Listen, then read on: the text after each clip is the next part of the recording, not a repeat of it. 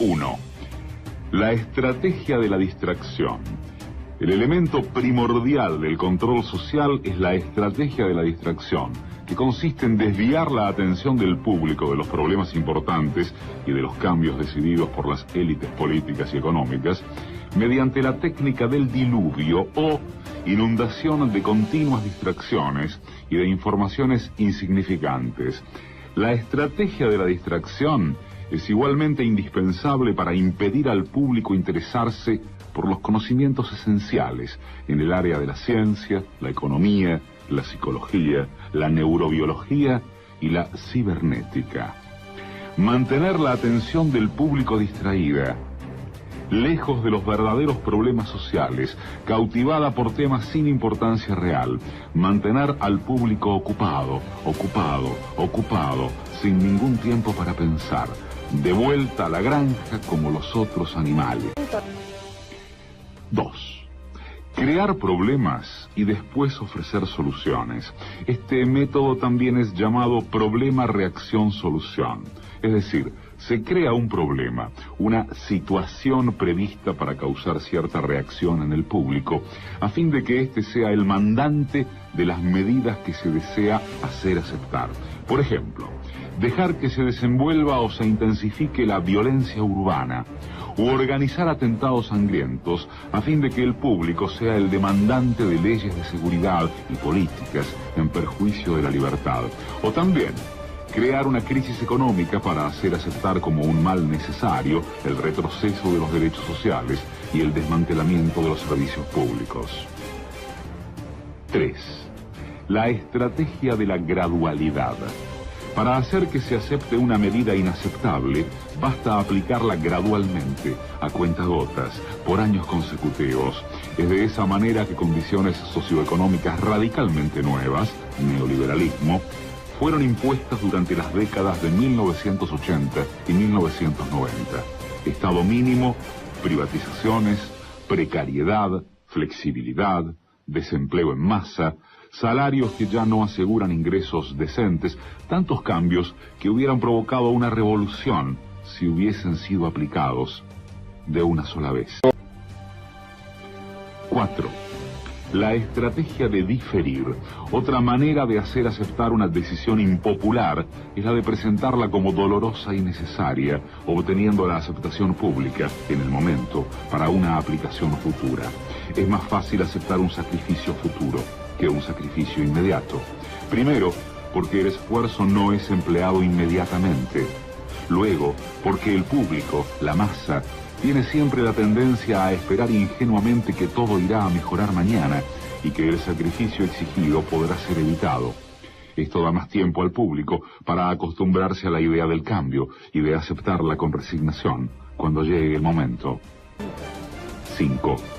Dirigirse al público como criaturas de poca edad.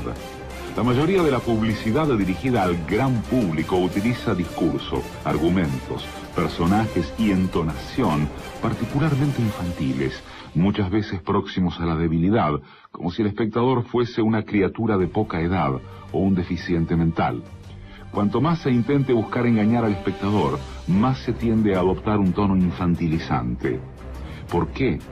Si uno se dirige a una persona como si ella tuviese la edad de 12 años o menos, entonces, en razón de la sugestionabilidad, ella, la persona, tenderá con cierta probabilidad a una respuesta o reacción también desprovista de un sentido crítico, como la de una persona de 12 años o menos de edad. 6.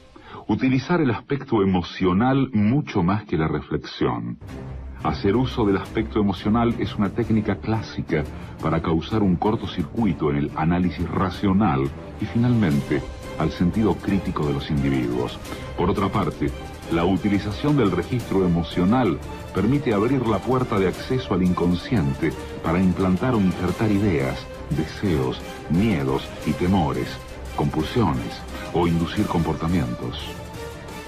7. Mantener al público en la ignorancia y la mediocridad.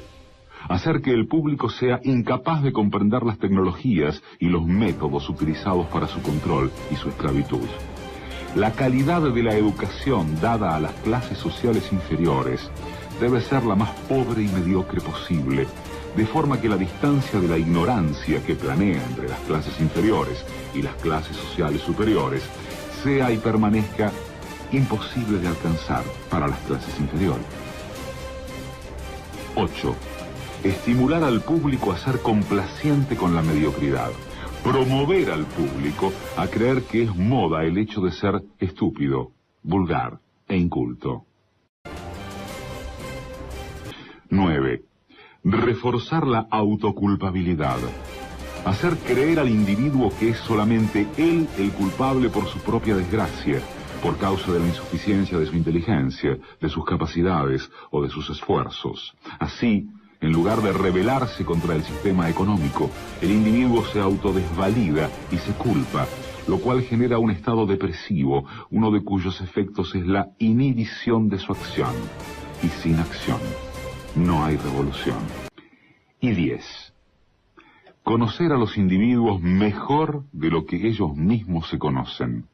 En el transcurso de los últimos 50 años, los avances acelerados de la ciencia han generado una creciente brecha entre los conocimientos del público y aquellos conocimientos poseídos y utilizados por las élites dominantes.